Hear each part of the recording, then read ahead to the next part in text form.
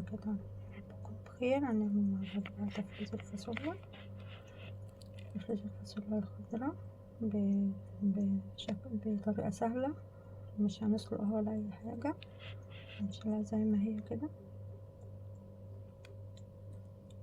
شكرا تتابعوا الفيديو، يا رب يعجبكم، والسلام عليكم ورحمة الله وبركاته. ورحمة الله وبركاته. عاملين يا رب تكونوا بخير. النهاردة الفيديو بتاعنا عبارة عن تفريز الفاصوليا. الفاصوليا جميلة ومفيدة، فيها كل الفيتامينات. بنجيبها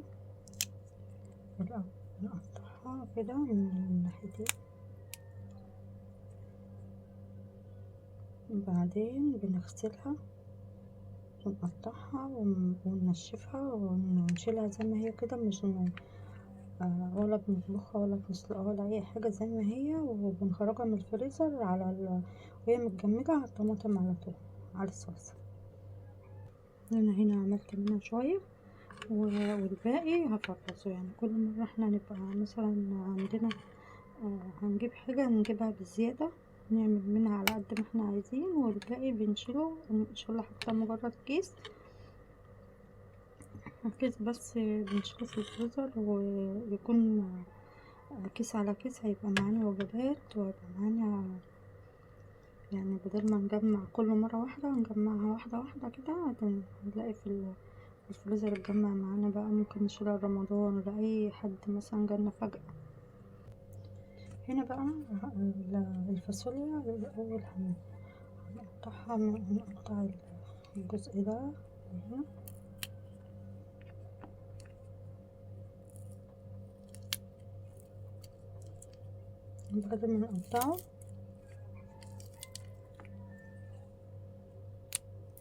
بعد ما نقطعه بقى من ناحيتين هنغسله، وبعدين نقطعها صغير على حسب التقطيع اللي احنا عايزينها، ونحطها بقى في الكيس.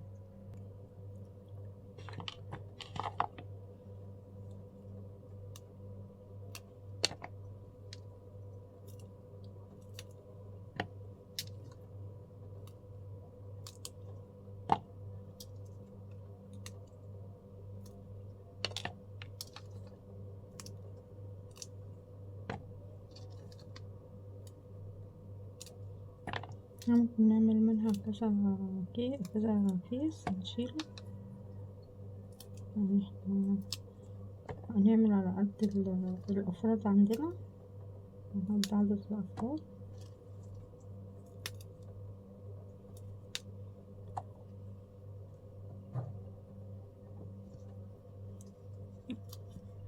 بحيث ان احنا نبقى يعني نطلع الكيس على قد الأكلة،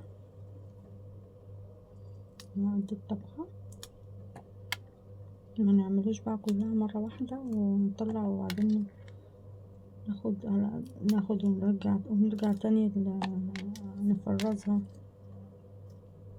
انا بعمل كده، بعمل كل كيس على قد الافراد.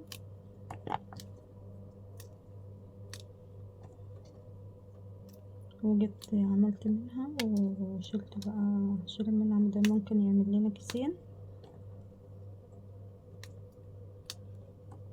وخلاص كده نشيلهم بقى، نفرزهم في الفريزر. لو جينا عايزين نعمل تاني بنشتري عادي، نخلي اللي في الفريزر بقى ده لوقته.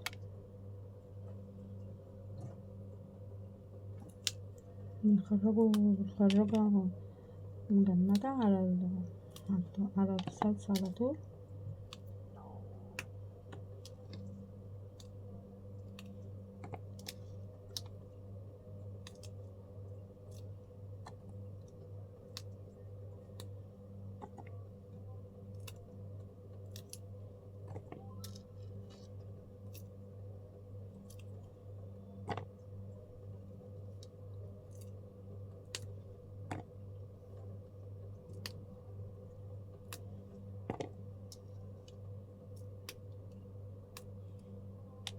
نعمل كله بقى، وبعدين نغسلها ونشوفها بعد ما نخلص كل الكمية.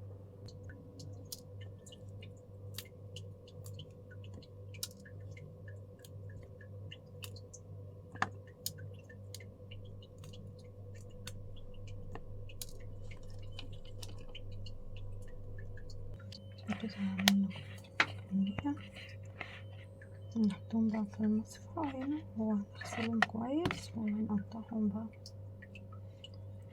على حسب كل كيس، بس الأول هنغسلهم ونستنى لما ننشفوا من المية خالص، وبعدين نحطهم بقى في الفريزر. نغسلهم كويس ونقطعهم ونخليهم في المصفى زي ما هما، وبعدين بقى هنحطهم في الفريزر من غير ما نسلقها ولا أي حاجة.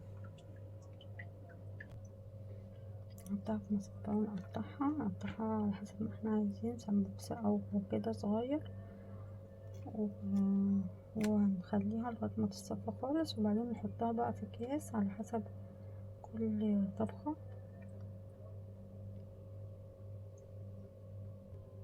كده نكون خلصنا كل يعني بقى هنسيبها تتصفى خالص من المية، وبعدين هنحطها في أكياس ونحطها بقى في الفريزر ونطلعها وقت ما هنعملها وهي متجمدة على الصلصة على طول. أتمنى الفيديو يعجبكم. كده ده كان فيديو النهاردة عن تفريز الفاصوليا. يا رب الفيديو يعجبكم، بسيبكم في رعاية الله، والسلام عليكم ورحمة الله وبركاته.